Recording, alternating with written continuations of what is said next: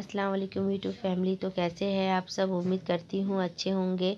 तो मैं यहाँ पर बना रही हूँ सिंपल चिकन कारी। चिकन कारी बनाने के लिए सबसे पहले मैं तेल में दी हूँ 2 तेज़पत्ता और बड़े साइज़ के 5 प्याज। उसके बाद दूंगी 1 केजी के जैसे चिकन। तो चिकन देने के बाद मैं यहाँ पे दूंगी अदरक लहसुन की पेस्ट, थोड़ा ज़्यादा करके दूंगी अदरक लहसुन के पेस्ट। उसके बाद दूंगी नमक, हल्दी, मिर्च और धनिया। ज़्यादा मसाला नहीं दूंगी। ये 3 मसाले से मैं सिंपल में बनाऊंगी चिकन कारी। उसके बाद दूंगी 1 मीडियम साइज़ की टमाटर।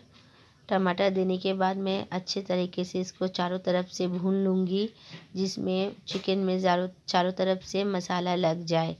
देखिए अच्छे तरह से मैं इसे भून ली हूँ। उसके बाद दूंगी थोड़ा सा पानी, क्योंकि चिकन का खुद का पानी निकलता है, इसलिए मैं ज़्यादा पानी नहीं दूंगी।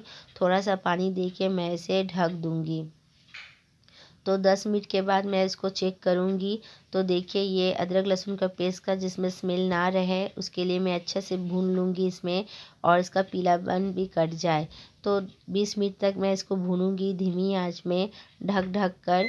तो उसके बाद देखिए यह भुनाई हो चुका है और कलर भी चेंज हो रहा है और तेल भी छोड़ दिए। तो तेल छोड़ने के बाद मैं इसमें दूंगी गरम मसाला। तो माशाल्लाह देखिए यहाँ पर मेरा चिकन रेडी हो चुका है और कलर भी चेंज हो चुका है। तो माशाल्लाह आपको ये रेसिपी कैसा लगा ज़रूर बताइएगा।